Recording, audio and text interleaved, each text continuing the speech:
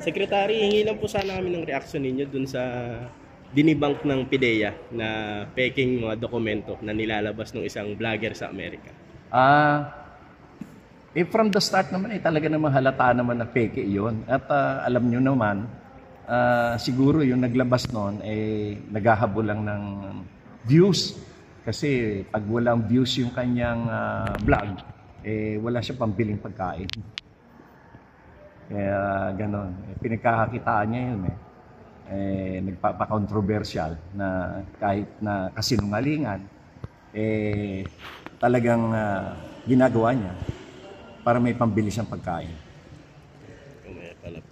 Secretary, yung paglalabas ng mga ganong impormasyon, posible bang mahabol siya ng gobyerno? Well, actually talaga dyan, pwede siyang kasuhan.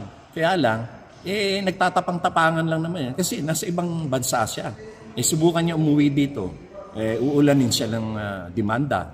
Kung talagang matapang siya, di umuwi siya dito. Hindi yung nagtatago siya doon sa ibang bansa at doon siya naninira. So far, sir, yung personality na yun is may standing warrant of arrest from the Court of Pampanga yata kung nagkakamali. Oo. Hindi ko alam yon. At dahil unang-una, hindi ko naman pinapakialaman yung mga hindi naman importanteng tao para alamin ko mga bagay-bagay tungkol sa kanya. Hindi naman siya senador, hindi naman siya congressman, hindi naman siya commissioner. Kumbaga sa mababang uring tao, ba't naman ako aaksaya ng panahon para alamin ng mga bagay-bagay? Sir, Sir, knowing the President, parang si Pangulo, parang dead man lang sa kanya to no? Tuloy ang trabaho hindi. Alam mo, ang isa sa mga hinahangaan ko sa ating Presidente, Bongbong Marcos, ay yung pagiging pasensyoso. Sa loob ng more than 30 years, sila ay binugbog ang pamilya, binugbog sa paninira. Yung paninira na yan tungkol niya sa mga drug addiction, napakakatiting na bagay yan kung tutuusin doon sa mga pinagdaanan nilang paninira. Pero nananatili siyang nagpapasensya, nagpapatawad at palagang ang kanyang gawain ngayon ay kung paano mapaglingkuran ang ating bayan, ang ating bansa. Yun ang talagang hinahangaan ko kay Presidente. Hindi yan nagagalit. Mas ako nga ang nagagalit. Kung minsan nga kinokontrol na nila yung pag galit na galit ako, ako pa yung kinokontrol. Sir, how about sir yung programa natin about OPAPA? Oo, maganda naman ang resulta at alam mo, ang programa, wala namang sariling programa talagang OPAPA. All I can do is to give advice and suggestions. And I don't want to divulge also kung ano yung mga suggestions na yan na mga natutupad o hindi.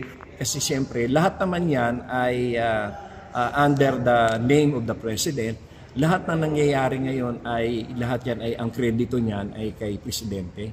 Kaya kami ay mananatiling tumutulong lamang.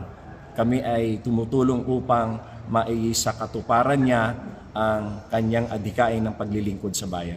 Sir, may mga nagtatanong paano daw makipagtulungan yung mga private sector para sa inyo? Ang pwede naman nilang gawin, ang kagaya nga lang nung BBM, Batang Busog Malusog Nutrition Program, gusto naming magbigay ng halimbawa sa ating mga kababayan na pwede nilang gawing tulong yon sa kanilang mga lugar na nasasakupan. Hindi naman nila kinakailangang ipaalam pa sa akin o makipag-coordinate sa akin. Pwede silang dumiretso sa mga schools. Yan ang isa sa mga layunin namin, ang magkaroon ng bayanihan effect, yung aming BBM Nutrition Program. Kaya ako nananawagan sa ating mga kababayan, kung kayo ay may kakayahan na tumulong, ay pumunta lamang kayo sa mga schools na malapit sa inyo at kayo ay makipag-coordinate, makipag-usap doon sa mga schools na yan. Hindi naman kailangan ng approval ko yan.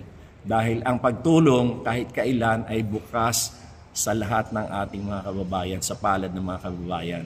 At ako naman ay nananawagan din doon sa ating mga kababayan na sana ay gawin din nila itong pagtulong.